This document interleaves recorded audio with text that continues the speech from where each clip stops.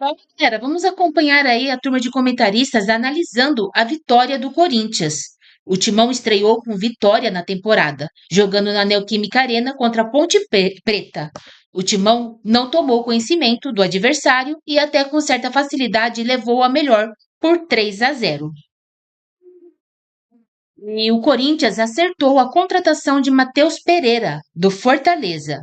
Meio-campista foi revelado pelo Timão e está com 27 anos. Negociação é por empréstimo. Vamos acompanhar aí as últimas informações do Timão.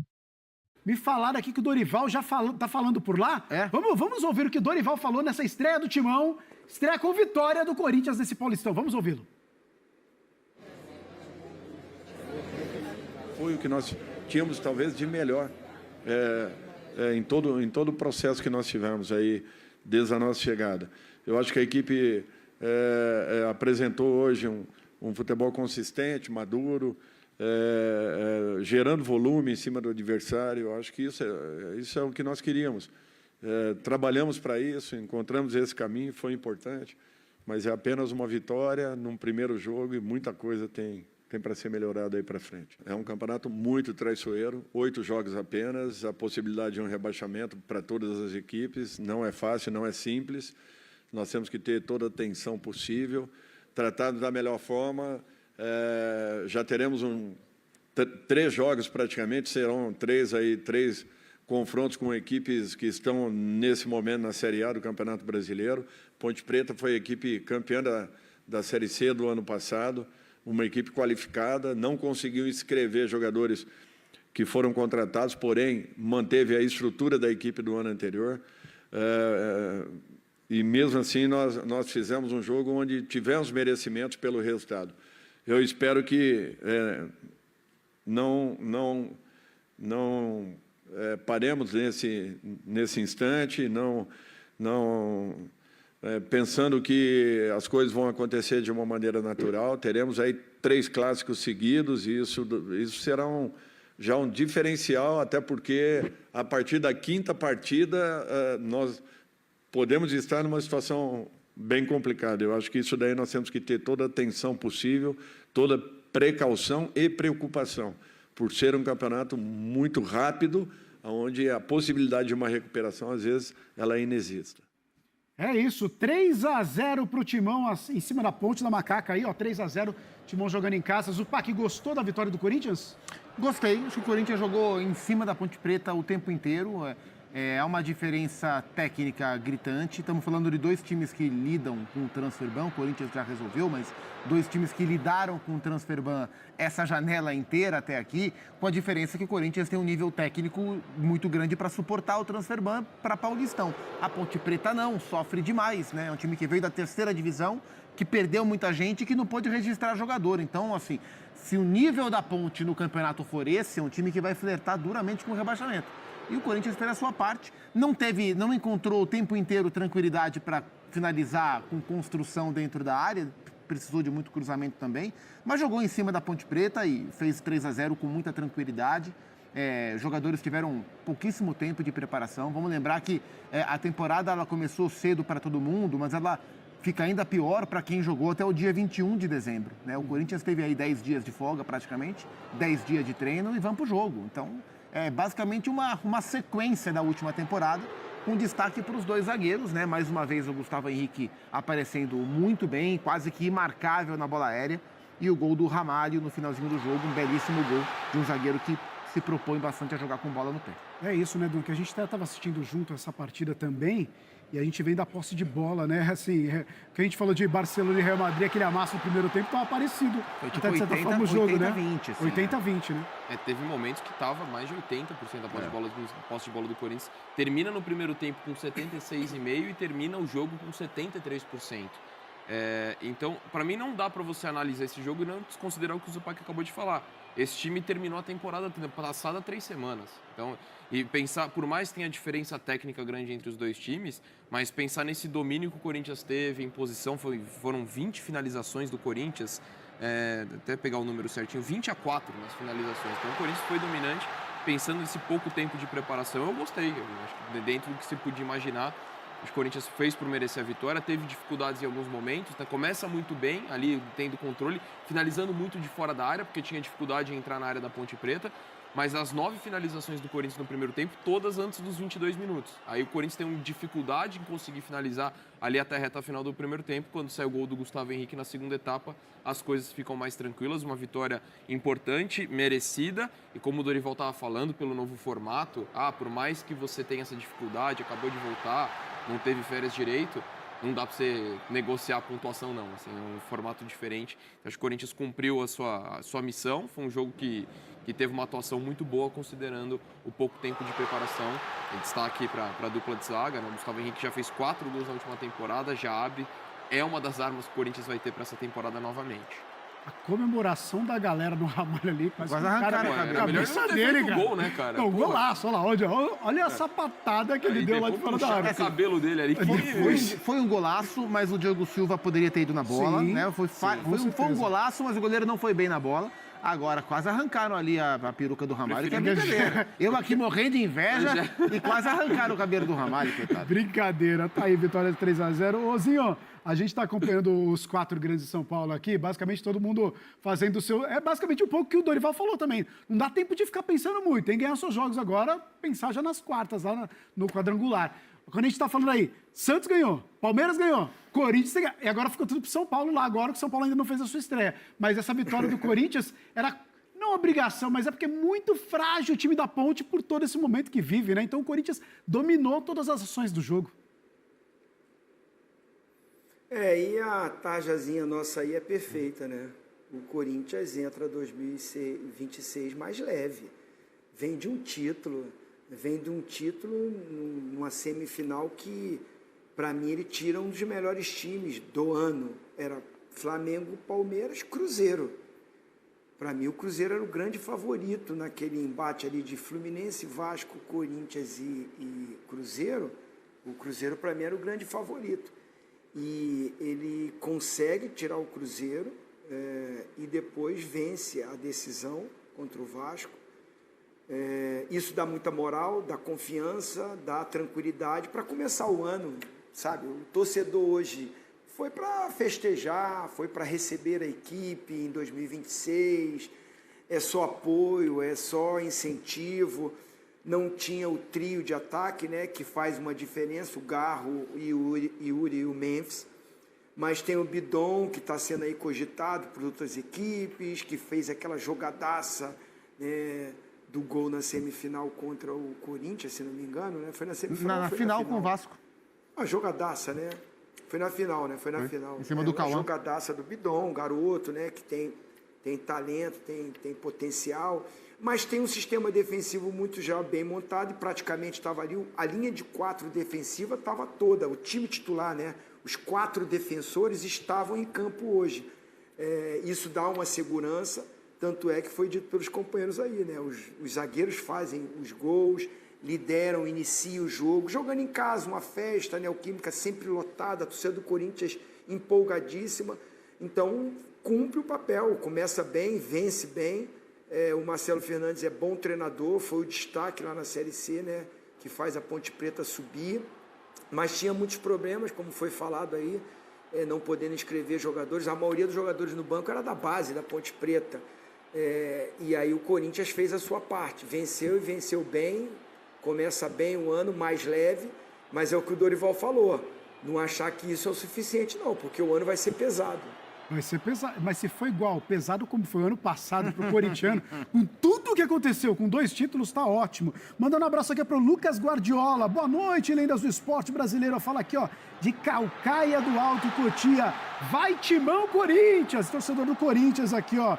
Meu amigo também, Caio Mata, tá com a gente aqui na audiência. Um abraço para você, Caio. O que falar de Gustavo Henrique e Gustavo Zupac? Eu tava até brincando com o Donk na redação, na hora que saiu o gol, que se o Gustavo Henrique jogasse no Arsenal, ele teria 30 gols no ano. Com a qualidade que o Arsenal tem de fazer gol de escanteio, sim, né? É o time que mais faz gol de escanteio na Europa. O Gustavo, com o timing de bola aérea que ele tem, ele teria 30 gols no ano.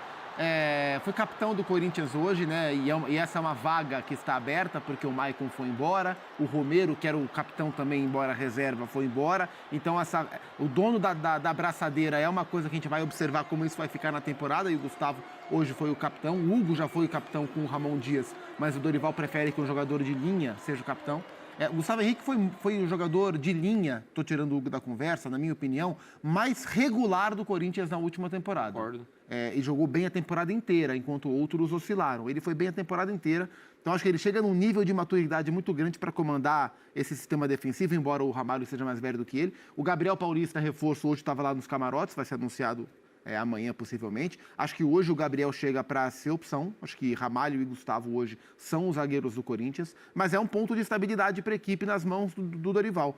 A gente viu os gols aí, o segundo gol do André. E esse menino tem que ser falado. Dorival, dentro das muitas dificuldades, infinitas dificuldades para tocar o trabalho no segundo semestre de 25, com muita gente machucada e sem poder contratar, o Dorival foi obrigado a antecipar alguns processos com os meninos. E o André Luiz, né, o André segundo volante, foi um cara que ganhou minutos com o Dorival e ele mostra um desenvolvimento de jogo muito interessante. Segundo volante alto, com porte físico, pisando a área, já tem 2 gols em poucos meses de Corinthians. O gol hoje ele não teve culpa nenhuma, a bola bateu e entrou, mas ele estava lá, ele é o segundo volante, ele estava na pequena área para a bola bater e entrar. Então, dentro das observações que essa pré-temporada valendo, que é o Paulistão, oferece, esses meninos, eles têm essa oportunidade. Olha aí a jogada do gol. Onde é que está o segundo volante? Dentro da pequena área para marcar. Então, acho que mérito também para esse moleque que vai ganhar minutos com o Maicon saindo, com o Bidon em algum momento sendo valorizado por propostas de fora, com o Martínez, que a gente não sabe se vai, se fica, que horas que volta da Venezuela, está com a complicação toda lá. Então, o André é um dos pontos positivos também. Qual que é a temporada do Corinthians agora, hein, Donk? Porque o Zinho até falou, né? Que ano, né? Porque o Corinthians entra mais leve 2026, entra. Muito. Entra, porque basicamente ganha 2 títulos, um título de expressão gigantesca. Mas só do sarrafo também. Então, mas essa que é a questão. Porque Essa é a agora, questão. então, agora ferrou.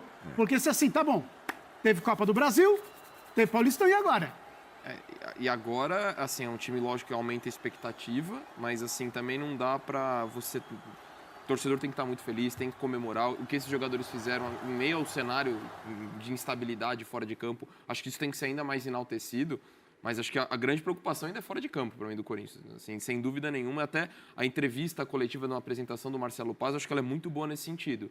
De não fazer loucuras, também não empolgar porque acabou de ganhar e fazer mais investimentos que possam complicar ainda mais um clube que tem ainda muitas limitações financeiras. Não é porque resolveu a história do Transferbank que está tudo certo e está tudo resolvido. Então, acho que é o Corinthians tendo o pé no chão dentro da sua realidade financeira, mas para mim é nítido que é um time competitivo, principalmente para as competições de mata-mata. Ainda acho que para a questão de pensar num elenco mais encorpado, para você brigar de frente com o Flamengo, com o Palmeiras, com o próprio Cruzeiro, agora o investimento de elenco num campeonato com pontos corridos, eu acho mais complicado. Por mais que o Corinthians ganhou casca por conta das conquistas, mas eu vejo um time para competir na Copa do Brasil mais uma vez, na Libertadores, que agora vai jogar fase de grupos, mas me parece muito mais essa realidade. Mas, para mim, ainda o mais importante é ter em vista, lógico, não um foco total no campo e tudo mais, mas o grande objetivo para mim do Corinthians em 2026, ele está muito mais fora de campo do que dentro das 4 linhas. E o Marcelo o pai sempre foi essa pessoa mais racional ali da história. Ele já tinha essa característica lá no Fortaleza, né? Era muito responsável, né? Sim. O Corinthians... Desculpa, Zupac, desculpa te interromper, mas o Ramalho, depois do gol que ele fez hoje, a gente tem que ouvir ele. Ele estava falando ao vivo lá na arena, vamos ouvi-lo? Ele todo o cabelo, espero, né? É difícil, acabei de falar sobre isso. Eu já fiz uns gols de fora da área, mas esse com certeza é um dos mais bonitos. Eu brinco, né, com o pessoal, acabei de falar daí que eu brinco, que eu fiz um gol contra o Manuel Neuer, mas já foi um torneio de pré-temporada, quando eu tava no Mainz. Fiz de esquerda, de fora da área, foi um golaço. Só que não conta, né? Então ninguém lembra. mas faz parte, acho que foi um lindo gol e eu espero que possa concorrer aí a um gol bonito. Fico feliz. Talvez o ano passado tenha sido o mais difícil da vida do Corinthians, dentro e fora de campo, mas dentro de campo vocês ainda conseguiram dar um jeito aí, arrancar 2 títulos importantes. Para 26 a projeção é ainda maior? Sem dúvida, né? A gente colocou isso como meta, né, para ser um ano mais constante da nossa parte. A gente colocou isso como meta, né? De dizer, ser um time que a gente possa ser um pouco mais constante em todos os sentidos, né? Seja em todas as áreas, para que a gente possa ter um ano mais tranquilo, né? Preferencialmente, né? Ano passado foi conturbado, obviamente diante de tudo que aconteceu, mas no final das contas a gente conseguiu fazer com que isso se tornasse, né, um ano incrível, e a gente torce e trabalha para que esse ano a gente colocou isso como meta e acho que a gente deu um bom pontapé inicial hoje. André, um ano difícil para você também, né? Altos e baixos. Como é que fez para manter a cabeça boa, não se deixar abalar pelas críticas, conseguir aquela reta final de Copa do Brasil fantástica, sendo muito importante aí no Tetra e já abrindo a temporada aí com um baita golaço?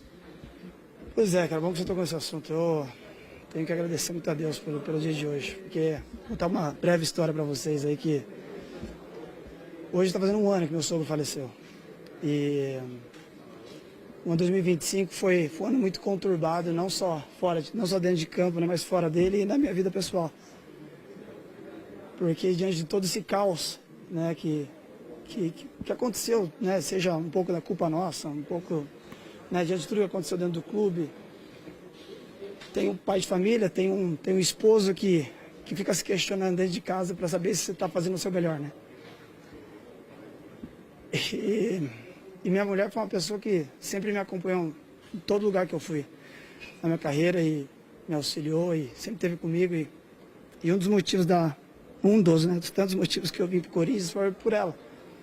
O pai dela estava doente antes de vir para cá e no final das contas acabou falecendo, 11 de janeiro de 2025.